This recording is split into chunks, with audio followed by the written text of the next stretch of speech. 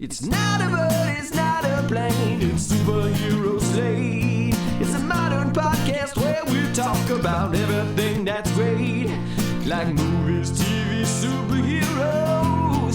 It's Superhero Slate. Oh yeah. Hello everyone and welcome to Superhero Slate, the show where we run down the latest superhero entertainment news. We love TV, movies, and superheroes, so let's talk it all out. My name is Chris Dillard. And my name is Mike Royer. And this week we're reviewing the She-Hulk series. All 9 episodes, Mike, are now out in the open. 9. Don't be confused because some seasons have 8. Some have had 6. If you're watching House of the Dragon, there's 10 episodes. And Rings of Power had 8. And what else was airing right now? Great British Baking Show has about, a baker's dozen. I think they have 10. Andor has... I caught that, Chris. Don't worry. Thank you. Andor's got like a dozen 14 or something. It's like a dozen. Don't know. Yeah, I think it's 12. So I can't keep track of it. Yeah. So long story short, we watched all She-Hulk. we got it. We'll talk about that here in a little bit.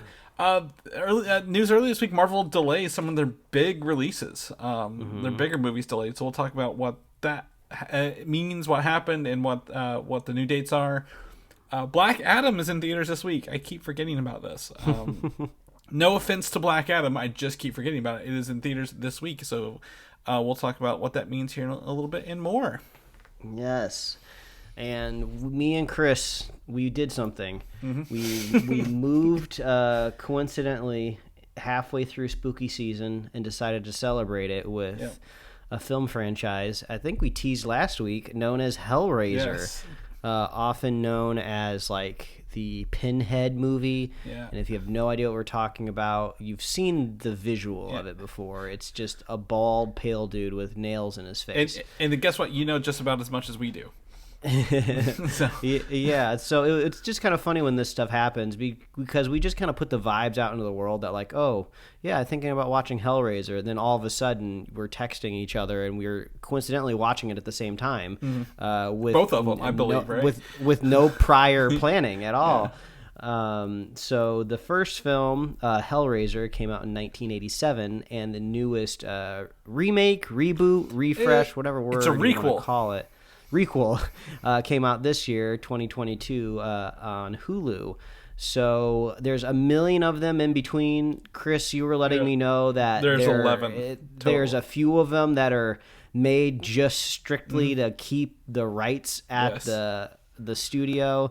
So I was kind of scrolling through IMDb, like kind of reading the synopsises and looking at some of the screenshots of some of the films in between. And I'm like, oh man, I'm kind of curious about a couple of them. But I think what I would prefer, and it probably exists out there, is I just want to go on YouTube and just find somebody that's kind of done maybe a video essay on all of them to save myself a lot of time. Because, 11 movies, that's too much. I think, to me, I don't even care about the movies. Show me the different Hellraisers and what they do. That's what I want to know. I want like a I guess a rundown of like, here's the different Hellraisers from the first one, and here's or Cenobites. They're Cenobites, not Hellraisers. Here's the Cenobites from the first one, the second one, the third one, and here's what they all mean and do or whatever their abilities. I would love to just kind of go through that. More than anything. So how about this? I'll recap the first one here just real quick. You recap the second one. Yes. And then we'll just go about our merry way and talk about superheroes after that. We'll get into some good stuff. All right, go for it. Yes. Tell us Hellraiser. So the first Hellraiser in 1987 feels very rooted in the 80s, which kind of adds a little bit of charm to it. I feel like the advantage of being born in the late 80s is you were, way too young to be able to watch anything slightly mature from the 80s. So now I feel like when I go back and revisit these things, kind of a la the Predator films when I talked about them in previous weeks, it's just kind of a fun nostalgia trip for something you've never seen before. So Hellraiser feels a little similar in a way where you get to see a lot of like practical special effects, lots of makeup, lots of like stop motion, time ramping, similar effects to when the bad guy's face melts in Indiana Jones. You're kind of getting reverse effects of a guy who regenerates from the floorboards in a scene. So I enjoyed all of that, but it does feel very much like a spooky movie that's set into the 80s where things start a little slow. It's very dramatic. I would say before you jump into that, it feels to me very parallel to the Beetlejuice movie of the 80s, right? These people move into a new house and none of the creepy stuff happens until like later in the movie. I was like, there's like a huge parallel, but I love watching Beetlejuice. But yeah, sorry, I didn't mean to interrupt you there. I was like, there's just a huge parallel there with that 80s, like new house, everything's creepy here kind of vibe. Yeah, but when it comes to the humans and characters in the movie, it revolves around a woman who cheated on her husband on her wedding day with his brother. So you flash forward to the future. This brother is now into the occult, as you would say, and he finds this mysterious puzzle box. And when you open the puzzle box, you are basically chosen by these demonoid / angel creatures called the Cenobites. There's no T. There's only one T. Cenobite. Cenobite? Cenobite. Well, I feel like I'm close to saying like Cinesticks every time. Yeah. So I'll take I like the Cinesticks. Let's do that one. Yeah, but the creatures are actually kind of interesting at face value, depending on how much face you see of theirs. But they kind of have this interesting motivation where I feel like usually in a scary movie, when you're presented with a demon, right, the demon just wants to kill you. It wants to torture you. It wants to scare you. It wants to dominate you, eat you, whatever, right? But these demons, I find them more interesting because they actually want to traverse the experience of human pain and pleasure, kind of whether you like it or not. So they almost are thinking they're doing you a favor by, ripping things off of you or putting things into you. So you get to kind of get extra fear out of the fact that they feel like you want this in a way. So that kind of adds an extra level to these characters. But this being the first film in the franchise, you don't get a whole lot of Cenobites in this film. They don't show up until about the third act, but I think they look pretty cool, right? Especially trying to put your head back in the 80s, right? When everything was practical effects. Yeah. So you're having literal physical objects kind of like peeling. You get really close camera shots when these hooks supposedly go into flesh, but really they're just probably going into painted latex. But, it still feels very visceral. So there's another standout moment outside of the guy that regenerates through the floorboards of where this kind of woman gets trapped in like this demon next world hallway, and this creature runs at her from down the hallway, and you can tell it's like a dude in like a rubber suit on the top half, and then the bottom half is this kind of like animatronic worm, and it's using its hands around the narrow hallway to like crawl after her. But at the very beginning of the shot, if you have an eagle eye, you can kind of see the bicycle wheel that it's sitting on top of as they kind of use it to probably like push cart it down the hallway after her. So I don't know, I find all that stuff really, really charming. So I say I could recommend the first Hellraiser, if you're kind of into that kind of like practical effects filmmaking, if you kind of want to see the history of scary movies kind of playing out. But I don't think this would be an easy recommendation. I would be like, hey, it's Halloween, why don't you just go throw on Hellraiser? It's kind of intense and it's a little bit of effort to watch it, but I would say overall I got more out of it than I didn't. So and then of course, after you watch the first one, you got to roll on over to the new one. Yeah, right? So the new one shares the same name, released on Hulu. But honestly, it feels like it's in the same universe, right? For this, it's just a modern iteration of the story, because the whole idea is there's a puzzle box, and if you open this puzzle box. In the original Hellraisers, you summon these Cenobites. And in this one, if you open the puzzle box, it will stab you, and any bit of blood makes you the target for the Cenobites no matter where you are. So you can't get away from them. And in this one, you have essentially a recovering addict and her boyfriend who happen upon the box during a heist. They're trying to get some money to get themselves up off the ground, I guess. And, from here, it kind of goes along with this girl. Her name, I believe, is Riley, right? In both of them. The character in both of them, I believe, is Riley. Then her brother ends up getting stabbed by the box. And then the whole point of this is her her brother's boyfriend, her boyfriend, and her brother's roommate all trying to figure out, how to bring him back. Where did he go? He just kind of disappeared, and it leads you into the story of I forget the guy's name, who actually the main villain in this, but he opened the box up 10 years ago or something like that, 5. I forget much time had passed. If you open the box in this one through different configurations, I think there's 6 or 7, you get to talk with Leviathan, the god of the Cenobites himself, and they will wish you one of the items. I think it's just like there's like sensation, resurrection, power, life, knowledge and life is the other ones. So if you open the final box, the god will give you one of these things, and honestly, they have like a 6 twisted sense of humor about it. So like when you wish for a genie and the genie twisted on you. It's very much a monkey paw situation. Yeah. So he wished for sensation. Because he had money. He's like, I can buy anything in the world. I just want to feel. And then they end up with this, like, it looks like an accordion who pulls on his nerves in his body, which was kind of it was a freaky idea for sure. And I would applaud them for, I would say, the interesting prop design too, because the object that's like embedded in this guy's body, it's not like anything I'd really seen before. It's kind of like that shiny golden brass look, but it doesn't really look like something like you would see like the Maniac from like Saw make, right? It almost has like an elegance to it. So I was like, okay, this is interesting. The prop designer did a pretty good job there. Yeah, and it's embedded in his body.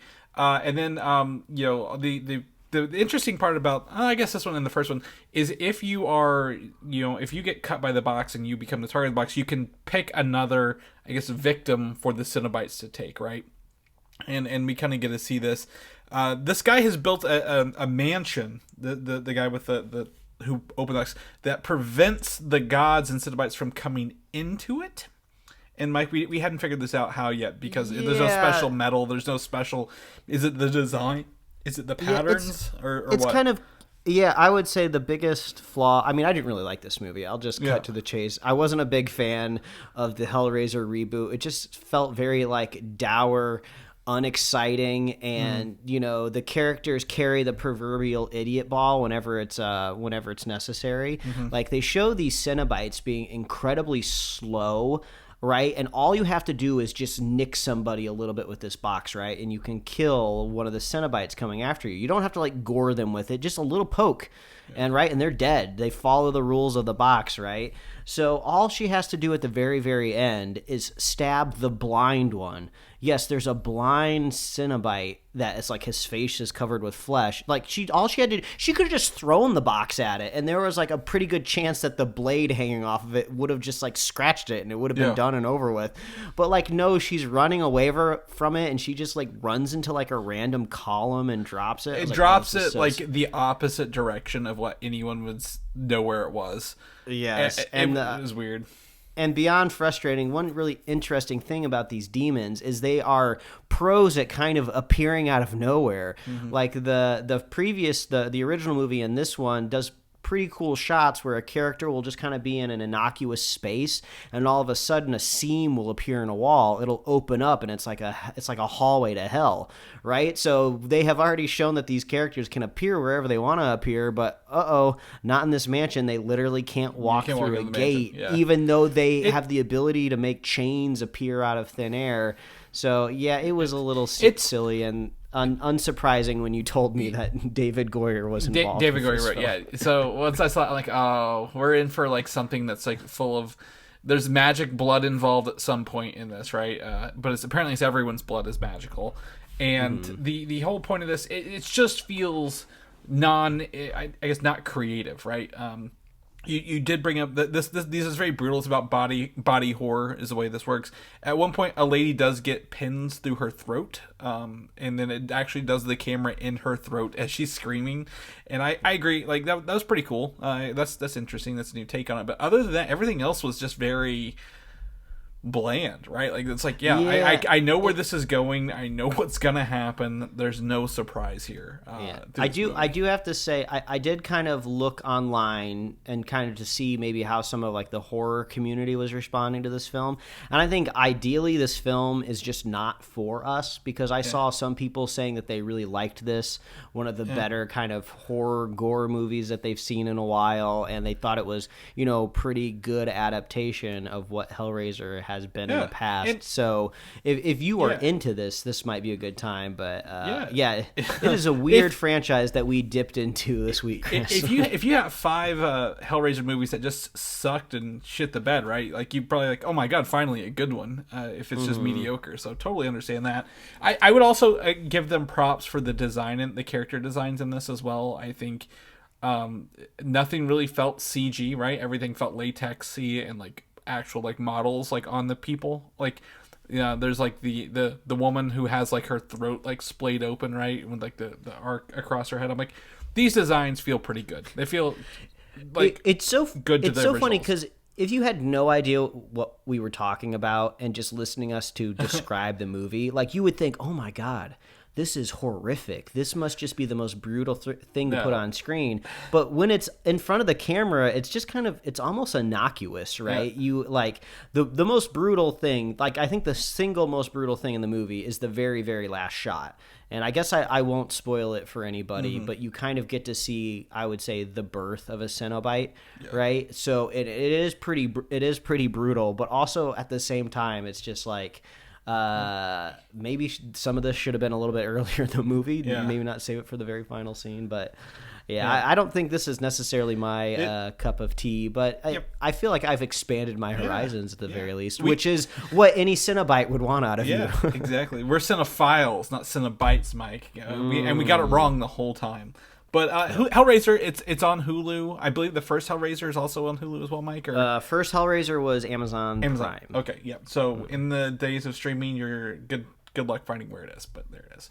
Last night, I was able to pop in my copy of Man-Thing from 2005, Mike, from the Sci-Fi Channel finally. Again, I'm like, ooh, we just got Werewolf by Night with Man-Thing. Let's go back and revisit this. Maybe there's some charm in it. And let me tell you what, Mike, there is not a single bit of charm in this goddamn movie. Oh no, it is awful. Listening to interviews, like I went and kind of dove into this. Apparently, when they started making this movie in 2004 with New Line Cinema, they did this in the first Punisher with Thomas Jane. But apparently, they made this physical man thing for reference on set, and then the studio was like, "We're not going to use it. We're going to CGI over it." And then they started cutting budgets, and then finally like, actually, we're not going to CGI over it. So everything you've shot will already be this man thing kind of dude. And it's just, it's the characters suck. They're not fun to be around. They're this, unabashedly like stereotypical like swamp people kind of vibes to them, right? To a lot of them. The main guy, his haircut or hairline is freaking me out. I don't know what's up with his hairline, if it's a wig, if he's natural that way, but I could not stop looking at that thing. And, he's the new sheriff in town, and it's just not fun. The man thing, he doesn't do any. I actually dipped out 10 minutes before it was over because I was like, I can't finish this. I'm not paying attention. But he didn't do any of the burning thing that he did in the new one, which is like his typical power. They just cut to people who have like branches and stuff like trees and swamp sticks coming out of them, and they don't show it. So it's just like, it's not even that good of a horror movie. So I mean, I can't in good faith, even if this is on Tubi, I believe you can even watch it on YouTube. Don't watch this. Do yourself a favor and just skip this, because I had I guess a fondness of it, because I'm like, oh, this is old Marvel, right? This is Sci-Fi Channel Marvel. No, I must have been lying to myself, because it is not fun at all. So cannot recommend that one thing. I will go on the other side and say I recommend The Rings of Power, Mike. I know you've not finished it, so I cannot spoil this series for Mike. Yes, don't spoil it. Right here. Please. But this whole season, the whole show has been fantastic to watch. Lots of surprises, lots of things. You kind of get the conversation going. My wife and I were talking, throughout it. This, Mike. The big question is, who is Sauron in the show, right? Who is he? Why is he here? it's so much fun to watch this. I love the sets. Like I talk about how real this is, how it feels like the original Lord of the Rings more than the Hobbit movies. It keeps feeling like that through and through. I'm very excited. The actors, they're all really good at what they're doing in this. I did notice early on, Mike. I know where you are. There is. Have you come across the guy they call Adar, the father? Dude. What do they? What's this person do? Give me their role in the show. He leads the orcs. Oh yeah. Okay, so I was like, that guy looks familiar. Is he the uncle from Game of Thrones? He is. He's the Uncle Benjen from Game of Thrones, who plays like a very pale, inhuman looking dude in that one as well. So like, I was like, he's been typecast. He's crossing over here. Either way, regardless, this show is just phenomenal. I'm not much into the, again, we talked about this, we're not Lord of the Rings like hardcore, we're not reading the Silmarillions, we're not doing any of these extra stuff, but like I really had a good time with the show, and I can't recommend enough if you're into the fantasy epic without, there's also House of the Dragon that's also fantasy, but that's more like political fantasy, and this is non-political fantasy. This is like adventuring in Dungeons and Dragons kind of stuff. So if you've not had a chance to watch yet, the entire season is out on Amazon Prime right now, so you can get through there and just binge through it real quick. Some of these are like 70-minute episodes, so really fulfilling on the link there. So I'd have to sit there and recommend that. Yeah, for just like dollar to budget to reasons, like you would be missing out. It almost feels like you're taking money from Jeff Bezos by watching this show. Yeah. This is so expensive. yeah, and like it, and I like it I don't know, it just feels like Lord of the Rings, and like the people who make this probably are the people who grew up watching it, right? Like our age or so. So like, I know that there's probably a lot of love and care has gone in this to not make it feel cheap, and it really comes through. So, kudos to Amazon Prime for doing that. We also applaud them for The Boys, right? I know The Boys, they're filming season 4 right now. That show never feels cheap either. So, good for them. So, anyway, we watched some stuff. I'm hoping to catch some more spooky stuff this week, Mike. Should we dive into something else before we? Like, what should we watch? Do you think anything that we should put out into the ether so we accidentally watched it at the same time again? Or oh man, Hellraiser holds a sliver of my mind because I feel like I grew up seeing the VHS box art all over the place. Like the Pinhead guy was on every cover. Oh yeah. There was another one. I don't know if maybe it was Silence of the Lambs. Is that the one that has like the woman that has like a moth like in her mouth on the cover? Yep. Okay, maybe that was it. Yeah, it's been a while since I've seen Silence of the Lambs. Silence of the Lambs, that's a good one. Like I said, now that I've said Beetlejuice, I want to watch Beetlejuice again before the end of the month. Halloween Ends just came out, to everyone shitting all over that. So if you're into the new Halloween franchise with Jamie Lee Curtis, you can check that out. I believe that's on. Is that Hulu as well? No, Peacock. It's free somewhere. I think NBC Universal holds the rights to a lot of those classic horror icons. Yeah. So you can go check those out. So yeah, just it's the season for spooky stuff. If you're watching anything cool, let us know. We want to know about it. But let's jump into the news, Mike. Let's get into this.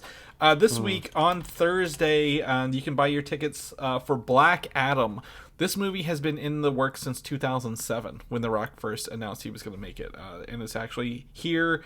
They're going to put it in theaters finally, so if you've not got your tickets, you can get your tickets. I don't know if people are going to run to see this, but it will be out, so you can go check that in theaters this week. I will tell you, I woke up, was it Wednesday or Thursday? Maybe even Friday.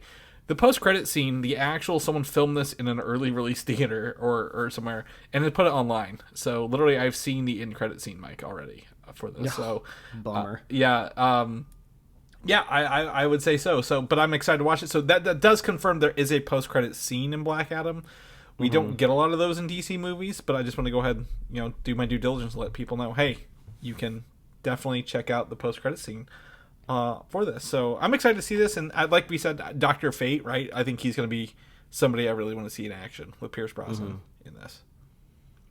All right, well then we'll just jump into the next news. The Ahsoka show, which I believe might be our after Mandalorian, maybe our next show for Star Wars, right? I believe this is one probably filming the most into filming right now. Yeah, I think so. Yeah, I know they're filming Skeleton Crew, but I don't know how far that is.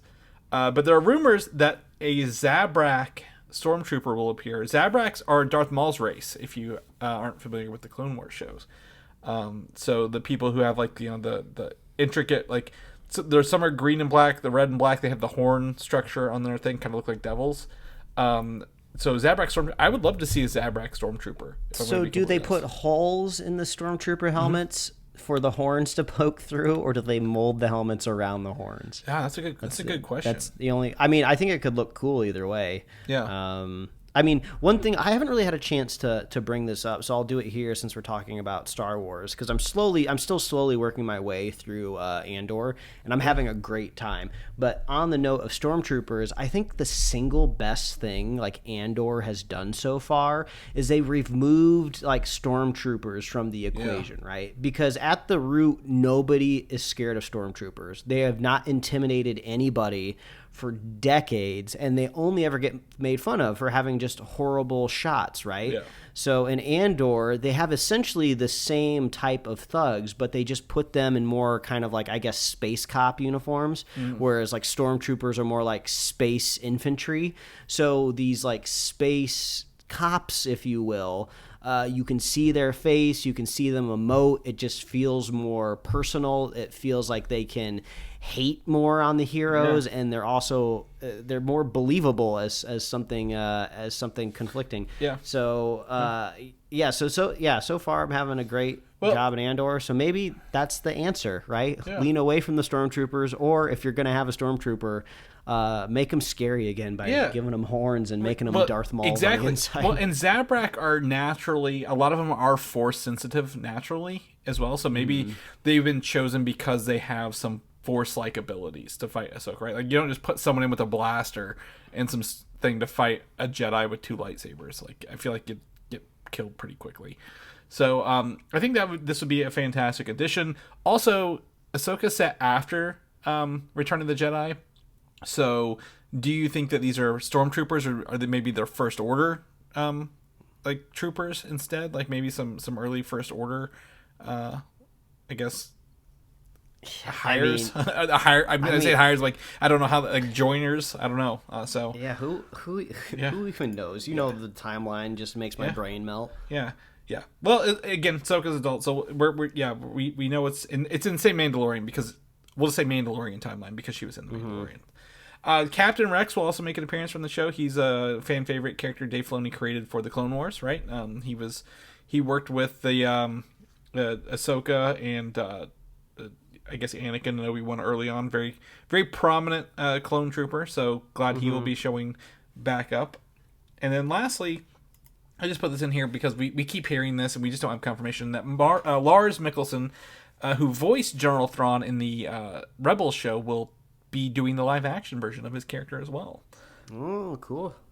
Yeah, I guess I there's so much unknown about Star Wars right now. Like, really, they need to give us something, because I'm dying to watch more Star Wars. Again, nothing against Andor. I think Andor is fantastic, but there's some really cool stuff coming, and I think they need to tease us a little bit more with it. So, we'll guys keep you posted as Star Wars comes out. I guess the next one would be, I guess we would know Mandalorian, right, in February. So we'll keep you guys posted if anything pops up in the interim. We're gonna wrap up the rest of the show with this Marvel stuff here, and it's not a quick episode by any means, but we do have a lot of Marvel stuff to wrap up. And first and foremost, we're gonna jump into Nova, the character Nova, who is part of the Nova Corps, which is, I'm like, why is his name Nova if he's part of the Nova Corps? It's whatever. But this project was, we know that they're in the works. It was supposed to be a series, but it's rumored to transform into a special presentation style format due to the success of The Werewolf by Night. The reception of that has been positive. We talked about how much we like that. I think a 50-minute episode, or like one-off story that's very focused, tells a great story, possibly has a nice budget, could do wonders instead of dragging things out for 6 episodes every time we want to introduce a new character.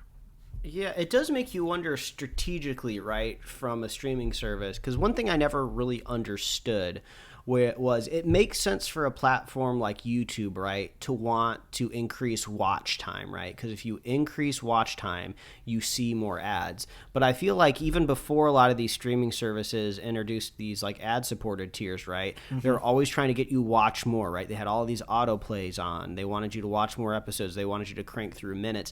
And to me, I never really understood that, right? Because to me, that's not the strategy. The strategy is just make sure they don't cancel and they stay subscribed. And I don't think that always equates to numbers of minutes that they watch. I think it's just make sure there's always something compelling every month, so they don't, cancel. Because really, if you think about it, a subscription service is, anywhere from like $10 to $20 a month. If you just give me one really good show, I'll pay $20 to watch that show. I mean, because that's cheaper than it would be to buy it, right? So basically, if you kind of extrapolate that same strategy, you don't need to make like a full season for Nova. You don't even need to make a full like 2-hour movie for Nova to keep me subscribed to Disney Plus.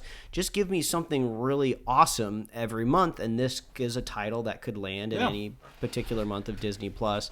And like it does make you, I feel like we distilled Werewolf by Night really, really well in those like 55 minutes, right? Yeah. It really kept my attention. There was never really any like lagging story points. It just kept moving, and I commend them for that. And I think it's a great way to bring characters into the universe. So who knows because if there was going to be like a standalone Nova movie, there's no way it would have just been Nova. They would have had to throw like a Guardian of the Galaxy in there, right? They would have had to throw something in there to sweeten the pot. But if you're doing it on Disney Plus with just a special presentation, you could get away with it just being Nova. And what's cool about this is, everything you said is true. They introduced Nova in one of these, and then he shows up in another movie later, right? Like you introduce the character. Nova's great because the Nova Corps, we already know about the Nova Corps from Guardians 1, right? So it's not new. Most of their Guardians rides are based on the Nova Corps, the prison breakout and the rewind stuff. So the Nova Corps is pretty set in stone, right, in the MCU. Yeah. So introducing this character and how he relates to it, how they adapt him, fantastic. So if you give him an introduction in this and then bring him into a movie later, you don't have to spend a lot of time in that movie introducing him because he's already there.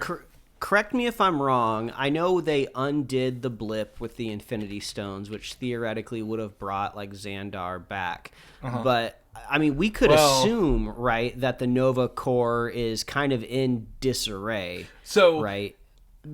Two things. One, the Nova Corps would not have been undone by the blip because they were destroyed when Thanos went to get the Reality Stone. Oh, yeah, that's true. Because the Asgardians didn't come back that he killed getting the Space Stone.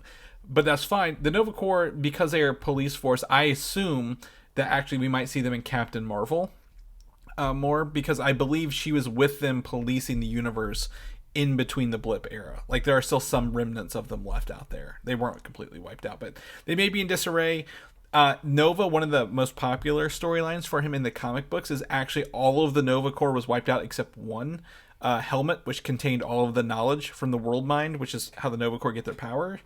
And Richard Rider from Earth got that one helmet, so he was the lone Nova Corps for a while with that, trying to rebuild it over time. So there's that possible. That's a great story. They probably won't adapt it into this because I don't see them taking that on. But if you wanted to introduce a Nova during the blip, right? I think that's a good idea. You mentioned they are in disarray there, so that's a good way to do it. And then how do they rebuild it? But I think we're both in agreement here. Like, you don't need a 6-episode series or 9 or 8 or 12, whatever, to keep you coming back, because there's always the possibility someone just waits until the show's done and buys a month and binges it, right? But if you have new, fresh content, keeps people talking, keeps people in your ecosystem. Because I can see right now at the end of Nova, hey, you watch Nova, do you want to watch Guardians of the Galaxy? Right? Like, oh, hell yeah, I want to watch Guardians. Let's put that on another day. It's a fantastic model to keep bringing people into your streaming service, or keep them there. And this is on the heels that there might be less full series from some of these rumored upcoming series and more one-offs. I think that's a cost-saving measure, right, across that, because I think a series is longer. 6 episodes costs a lot more, but also probably is a way to keep stories from, I wouldn't say dragging out, but having filler episodes or problematic stories, because like you mentioned, the werewolf by night, it just goes right, boom, boom, boom, right off the bat, doesn't slow down until it's done, and then you're like, okay, that was pretty good. So I think this is a good model, right? Mm-hmm. All right, moving on. Thunderbolts, new reports, continuing reports. More outlets are looking to confirm Harrison Ford will be the new General Thunderbolt Ross in the upcoming MCU films. New World Order first, and then followed by Thunderbolts. So I think this is fine. I don't think William Hurt, he is a great actor, but I don't think people will be upset that he's been recast, right? Thunderbolt Ross? Yeah, I mean, the last time we brought this up, it's like, this is the best way to go when unfortunately you lose like a seasoned actor that has been in your universe for a while. They're almost become impossible to replace because we're so used to them, right? Mm-hmm. So the best thing to do is you almost honor them by saying like, oh, we could only replace you by finding somebody that's incredibly famous, right? Yeah. The only person that could fill your shoes is like a superstar like Harrison Ford. It's like a compliment in a way. So, yeah, I think we're all okay with that. Yeah, 100%. This was also, apparently has been in the works for a while, but not announced at D23, so it did not steal from his Indiana Jones presentation. Mm-hmm. So that tracks with how, important that presentation was, right, to do that. So I think this is great news. I hope it's true. Will he be the Red Hulk? Probably, maybe, but I could also totally see that being a red herring, pun intended, if you will, for him. I just don't see Harrison Ford being a CGI actor, right? Like, he seems too curmudgeon-y to want to do that. So, yeah. So we'll keep you guys posted if that comes out to be true. I was going to say, this is tied to next. We're going to talk about Spider-Man 4, Mike 4. But No Way Home, the more fun edition, is starting to hit streaming services and online places. So if you didn't go to the theaters to watch it, you can now find it at some streaming services. I believe it hit some other countries first, but if you're a non-paying subscriber to ChrisFlix, you can catch that out now. Anyway, Spider-Man 4, there's been some rumblings that the rumored release date for this is going to be July 12th, 2024, Mike. The continuation of No Way Home. I mean, I feel like that's sooner than I thought it was going to be. Yeah, they'd have to start this pretty soon, right? Like to crank out a Spider-Man movie in a year and a half. I mean, I guess because No Way Home was delayed, right? So I guess if you kind of maybe line it up to the original release date, it makes a little bit more sense. Mm-hmm. But yeah, we all know Sony, they got to keep that Spider-Man machine rolling no matter what. Yeah, and that's why this movie, this date right here is 2 weeks before Thunderbolts. So, I think simply because it's a Sony movie and not a Marvel movie, but this, they're producing it in association or collaboration with Marvel, whatever they want to call it. I think one of these two, if either July 12th isn't going to work for Spider-Man or Thunderbolts is going to get delayed. One of the two. I just don't see them doing two movies 2 weeks back to back, especially because Spider-Man, that's a money maker, right? Like you don't want to hurt your either Thunderbolts by people still going to see Spider-Man or vice versa, right? So.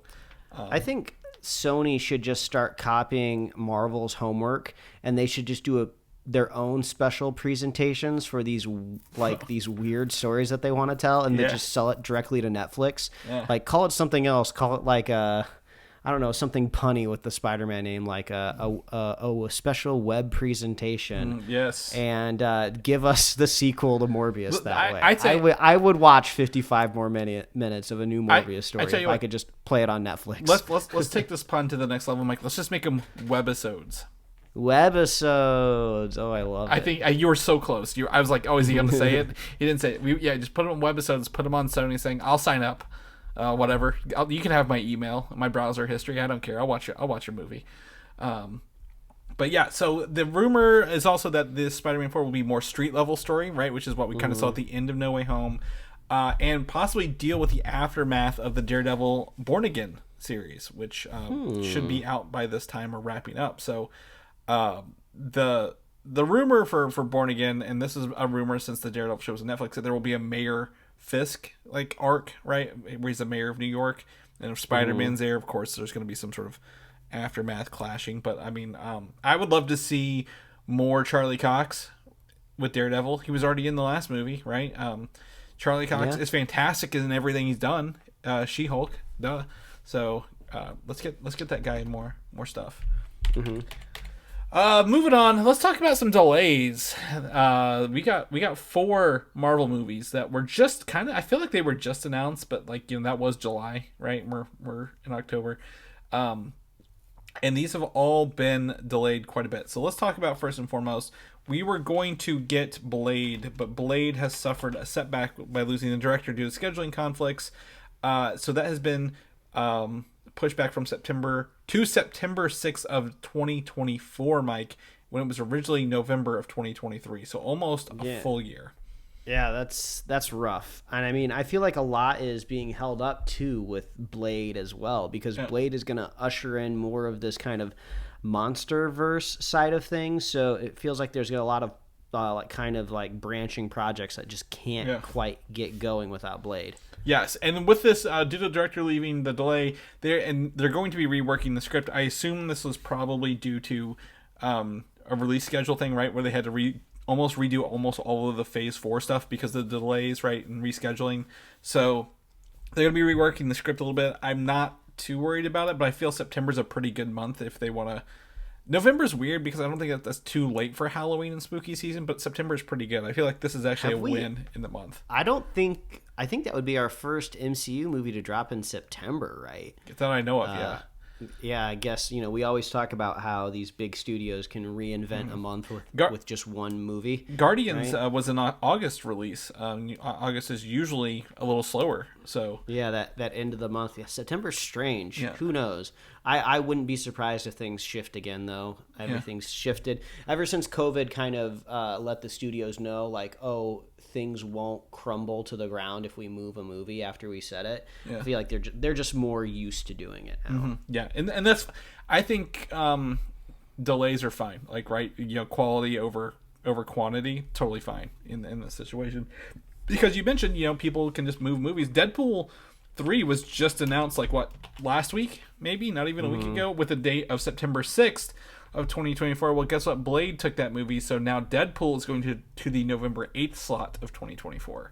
I mean, that's probably better for Deadpool, right? You know that's a movie that's gonna bring in dollars, right? Yeah. And November's a good month for that. November, December, good time slots. I feel like there's always a James Bond movie that comes out in November. I feel like that's and Harry Potter. Mm-hmm. I think sometimes it came out in December too for that one, but yeah. No, November, I think it's had Doctor Strange's too and some other titles. Yeah, solid month for Deadpool. Yeah, and actually, you made me think here. Shang-Chi was September of last year. Shang-Chi was a September release. Oh, that one, I feel like that's an outlier though, right? They were just trying to get anything into a theater at that point in time. Any month where it was safe enough, they were like, let it go. 100%. But I guess it showed them that, September can be a month. Yeah, I agree. It was the first only in theaters movie back. So yeah, they really, it looks like they feel confident about that. So Deadpool 3 only pushed back 2 months, but for a movie that was announced literally a week ago, that's, bold move. But that November 8th slot was originally the Fantastic Four slot. So Fantastic Four has been pushed back to Valentine's Day, February 14th of 2025. I think that's fine, right? This is Fantastic Four's always been Marvel's first family. Why not put it on Valentine's Day? Ironically, Deadpool, and I believe maybe Deadpool 2, or at least Deadpool 1 was on Valentine's Day when it first dropped. Yeah, so that's true. I'm really surprised they didn't flip-flop these, but they must rely on each other being in this order, right? Like, I feel like the reliance is starting to show. Like, we have to have Blade before we have Deadpool. We have to have Deadpool before we have Fantastic Four. And then everyone's still scared of January, it looks like. yeah, exactly. And then the last thing here is a big move. This is probably the biggest move we've seen, but probably the smartest, I would say. Avengers Secret Wars has moved from November 7th, 2025, all the way out to May 1st of 2026, which adds 6 months to Phase 6 for Marvel, but that keeps your Avengers movies 1 year apart, just like Infinity War and Endgame. I mean, so much for seeing an Avengers movie in the end of the year, right? They've pretty much been held to like late spring, early summer for I think all of them, if I remember correctly. May has been all of them, yeah. I guess they're keeping the slot going now. Yeah, and that's fine. I think everyone's like, oh, they pushed it back 6 months. I don't think that's a quality issue this far out, right? We are still 4 months or 4 years from this, and honestly, I think as much as it sucked as a fan waiting from Infinity War to Endgame, I think it made Endgame that much sweeter when we got to it a year later. At least we know the title of it, right? They're not withholding the title of the Avengers movie until the Super Bowl, right beforehand. So, I think this is fine. It gives them some time to put some more stuff in here, work on some stuff, and probably get things worked out for Secret Wars, Mike. So, overall, delays but not dismays, if you will. But yeah, if you want any of these release dates, by the way, when they come out, you can head over to superheroslate.com and click upcoming movies and TV releases and check all this out, because I do update that the second one of these changes. You can just scroll through, look for it in red. As Mike says, what do you say, Mike? There's no ads. We just built this for ourselves. It's our own little tool that we... No pop-ups, no dumb banner ads, no subscribe to our newsletter here. This is a tool that we use that we just wanted to give to our listeners. So if you're ever confused when the next big movie is supposed to be dropping that we're going to be chatting about, just head on over to our upcoming releases page. It's also a cool little archive, too, of seeing when past things came out as well. So if you want to double check on us and make sure we're telling the facts, when all those other Avengers movies came out, we have all of that on that page, too. So yeah, go check it out. That's true. And I'm actually going to correct Mike. We didn't build it for you. We built it for us. You just get to use it. Yes. Because we're nice like that. All right, so let's wrap this show up by going into She-Hulk, Mike. I know, it's not the full normal episode, but we have a whole season to talk about here of She-Hulk. 9 full episodes for this show. It is dropped. So if you've not seen it, go away, finish it, come back. I would say it's bingeable. In hindsight, it's bingeable because they're like 25 to 30-minute episodes. Oh yeah, like you could crank through this really, really quickly. I was chatting with a friend last night who doesn't really delve too much into the MCU, but I was like, oh, they do some fun fourth wall breaking stuff in the season finale. So if you were just curious, just throw on that last episode. You can kind of see some of the fun that they do with those wall breaks. But obviously, we're going to be talking about spoilers here for She-Hulk. So warnings flashing, that big red light siren emoji. Imagine that's just been pasted onto the front of your eyeballs right now. That's right. Yeah, or your ears, because technically you're probably listening to us. Yeah, wherever it goes. Yeah. But I would say overall, She-Hulk for me felt like a solid B show, which is much better from some of the other things that I've seen on Disney Plus, either in Star Wars or Marvel Land. I felt like the jokes kept the show going for me. The humor, I love Tatiana Maslany from when I was watching her in Orphan Black, so I was glad to see her around again. They run into a little bit of an issue, which I find kind of funny because it's similar to when Andrew Garfield was Spider-Man. These are like two characters that both stories are trying to desperately paint as nobody wants to be with these two good-looking actors. So that was a little bit of a stretch, but overall, I had a good time. They summed up the story pretty well in the very last episode when herself is saying to the audience, this show is about me coping with what it is becoming a She-Hulk. And I think they earnestly tried to do that, but I feel like they did lose the thread maybe a few times of what was important throughout the season, which made it felt a little disconnected, but I felt rewarded at the end. I thought the set piece was original, creative. It wasn't where I thought it was going to go, and I had a fun time overall. Now I have a new favorite character in the MCU, and it's a robot, and I can't wait till they turn it into a sideshow collectible, and I can put it on my desk because it's just so funny. I want his hat. I want the robot's hat. I need that into my collection. Chris, overall, how did you feel about the season? I'd say I'm probably just a little higher than you. I think for me, knowing that they went into this show saying, we are a sitcom, right? A situational comedy show. I think it delivered throughout the whole thing. And honestly, I feel like it also kind of picked up in the back half a little bit more. The first episode's fantastic, but I think one and also, you know, obviously Wongers and that whole magic episode is great, but I think it really picked up the last two, because not only do we want to see Charlie Cox's Daredevil, like I mentioned before, like, you know, pouring over him, I think the humor, the comedy, you know, fed that through. And the last episode is something that they'll never be able to do again. This is a finale they will only be able to get away with once, and they will never be able to do it again. By really kind of twisting the genre, I was like, oh my god! Like, I'm poring over the footage, I'm watching all the trailers. I'm like, what the hell's going on here? I've seen, you know, the Abomination in the suit. We've seen, you know, I saw a clip early on this week where Hulk was punching the Abomination. I'm like, what the hell? How are they gonna get all this done in 30 minutes? And lo and behold, they pulled the rug out from under us and sent us through the real world, through the Disney Plus app interface, which I thought was really funny. That was, you know, that's a real like, did it break? Did the episode end, the kind of thing?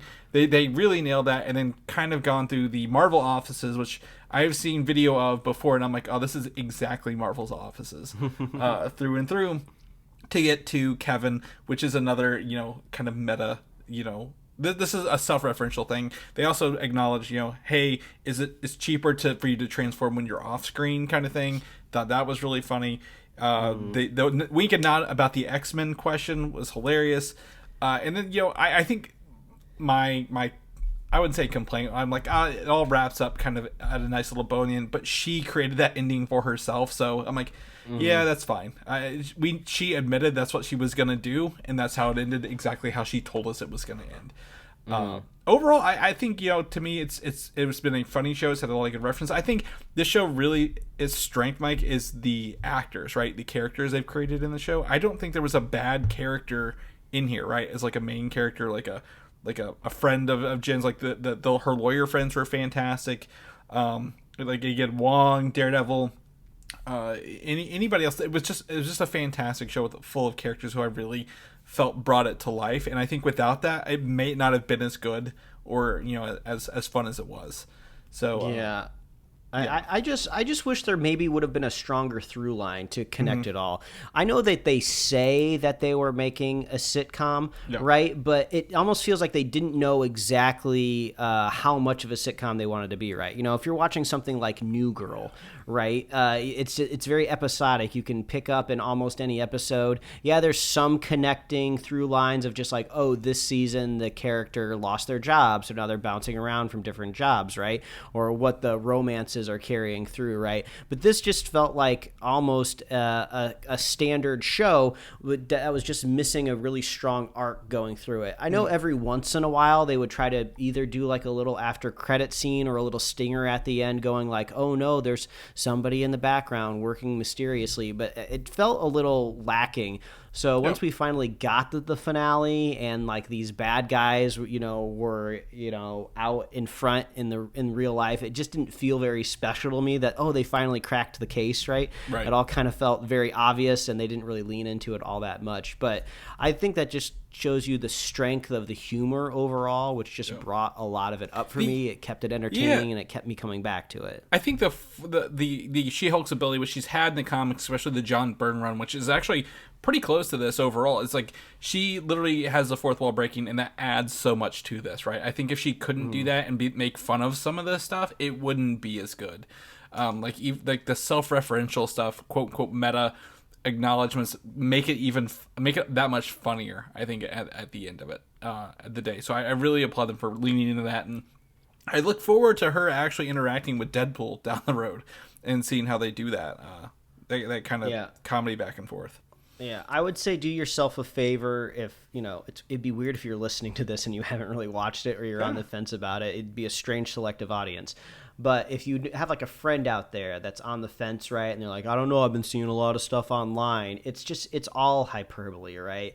I was curious since the show finally wrapped. You know, I went on IMDb and Rotten Tomatoes to kind of see some of the audience scores, and it's just some of the responses of people on Twitter saying it's like a 0 out of 10 show, or like 1 out of 10. Like there's acts they can't look at this show through an objective lens if you're giving a rating like that. Those are the same people that are probably giving like Falcon and the Winter Soldier like 8 out of 10. I mean, come on, you got to be objective about this. I would say people, they just I'd actually say those have people are probably not happy with Falcon and Winter Soldier either. I think the audience, that the vocal minorities for this show literally probably haven't watched it or watched the first one and was upset that how everything is. The show reference, like the show's villains are essentially those people at the end of the day. But like there's no, like, I agree with you. My concern has always been with the show, where is the villain? What is this thing here? And while some sitcoms, I would say I'd lean into The Office a little bit because that's kind of fourth wall breaking. There were some through lines, they had some heavy-handed stories. I just wish they would have probably opened it up a little sooner rather than kind of push it to the back 2 episodes, right? But I was pleasantly surprised, that Abomination wasn't they made him look like he was the villain, but he just was a paid motivational speaker at the wrong place at the wrong time. I was like, oh, that's good that they actually didn't turn him into like running the villainous things, because I was like, hopefully he did actually learn from his time, like his whatever he called it, his wellness retreat place. I was glad to see that was a true character development rather than just, hey, I'm just pretending to be nice so I can steal your blood later kind of thing. Yeah. Overall, it was a good time. Like Chris said, very much vocal minorities out there talking about this show. I just wish people could create space out there where we could objectively talk about things without being so hyperbolic, right? Obviously, we've talked about the things on this show that we've hated before, but it's for real storytelling reasons, not just because we have an axe to grind. And honestly, if you don't like it, totally fine. I mean, that's your, as the viewer, it's your prerogative to do it. But I mean, I think this show does a really good job telling a story and Jennifer becoming a character through this, right, throughout the whole thing. So it was fun to watch that and see your characters. I think the other thing that they kind of swept under the rug, I wouldn't say swept under, they just kind of left as like a little, hey, here's like 2 seconds, is that again, Hulk has a son named Scar and he showed up, and like literally there's like, we're just gonna leave this for some other show or movie's problem. So I thought that was fun payoff that I was like, oh, like you said, you're like, yeah, you called it. I'm like, yeah, but it didn't feel very earned at the end of the day. I was like, oh, he's just there for a second, and he's like awkwardly silent in the background. Yeah, it makes you wonder, is Hulk's son, when we see, Bruce Banner again, is it going to be in a movie? Is it going to be in a series? And is it going to be about him going back to Sakaar and collecting his son? Is that going to be the whole movie? Or is that going to be the first act, and then we'll moving forward past that? So yeah, it does make you wonder what's happening there. So here's the question for you and for me: is this show going to get a season 2? You think? And if not, where do we put these Hulks? We now have 3 Hulks. We started the show with 1 Hulk. We now have 3 Hulks at the end of this show. Where do we see them next, do you think? Is this a Phase 6 movie that they've not announced yet because of the Universal rights, or what? Yeah, I guess strategically, right, what do? I feel like the best thing to do is you go bigger and badder and more spectacle, and that's to do just like a big old Hulk movie with a lot of hulking happening in it, smash tons of stuff on screen for 2 hours, and just, there you go, collect your paycheck, right? Yep. But also, if you just look at face value, I think this show is good enough to get a second season, and I think you could explore a lot of things. So I guess then you have to be strategic of like, season 2 of She-Hulk before this Hulk movie, supposed Hulk movie, is it after? But yeah, I think I would love them to lean more into like the superhero based crimes, because I always thought those things were really funny. And I think one thing that could help them is like other lawyer type crime detective-y shows that I've watched. There is usually one big case that transpires over the entire season, and I think that's something that could help them format wise in the second season. Drum up like a really big case that takes a lot of work, a lot of boots to the ground, knocking on doors, a lot of investigation and research. Have that be your arc throughout the season, right? And then do like fun, other cases, because not, these. And I imagine she goes independent, right? I think they kind of leaned into that she was going to be starting her own like law practice, right? So yeah. Well, if not, I mean, she's definitely got the inspiration from Matt Murdock to do so on his own. Maybe she does pro bono work for people who have been affected by superheroes or superheroes who have been persecuted. I think like I said, an arc there. I think there's more to it. What again, She-Hulk, Werewolf by Night, the last two projects from Marvel have really leaned into the idea of telling a different genre of story, right? This being, again, like I said, the sitcom or whatever you want to call it, fourth wall breaking, however, just a comedy in general, and Werewolf by Night being the horror stuff. I think removing them from that, you mentioned the Hulk movie, the spectacle, the debris breaking, like the Thor movie, has been refreshing, to say the least. So I really hope that if they do give her another one, that maybe they can pick the actual courtroom, not drama, but courtroom style stuff to include that more, because I think it was fantastic when she was with going up against Matt Murdock in the courtroom. It was very fun to see that kind of banter back and forth, and hopefully they can find someone for that. The last thing I want to say is I love the intro to this being almost a shot for shot remake of the 70s Incredible Hulk. Oh, I forgot about that. But what I hate about it is it feels like that's a great idea someone had, but didn't know where the hell to put it because it had nothing to do with this episode. I was like, maybe that should have been the end of the episode, right? Like the end credits are like, this is Jennifer's life now post everything she's gonna deal with. But like, I loved it, it's great, but at the same time felt like really weird. Just put it in the middle of nowhere at the same time. Now, was that Lou Ferrigno playing the She-Hulk in that? I don't know. It definitely was not Tatiana Maslany, so it feels like, maybe there is some sort of reference happening with who's under that green skin. Yeah, because I was like, who is this person who's very muscular? And it looked like it was Lou Ferrigno, but it could definitely be a woman, someone else playing it. I thought that was really fun.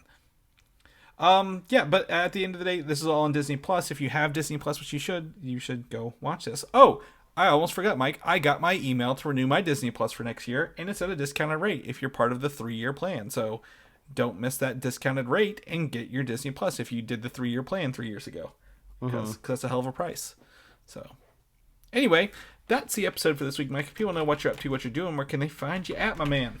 Oh, they can find me at Mike Royer Design on Instagram, Twitter, and TikTok. And you could read my webcomics at pickledcomics.com. Chris, if people want to catch up with you, where are you? I am right here on the show.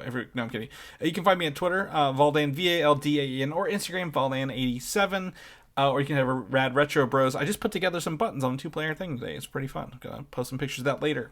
If people want to know more about our show, where they can get us, come listen to our Black Adam review next weekend, obviously, where they can get all those good episodes at. Oh, all you got to do is visit superheroslate.com. That is the headquarters. That is where our little robot Kevin lives, at superheroslate.com.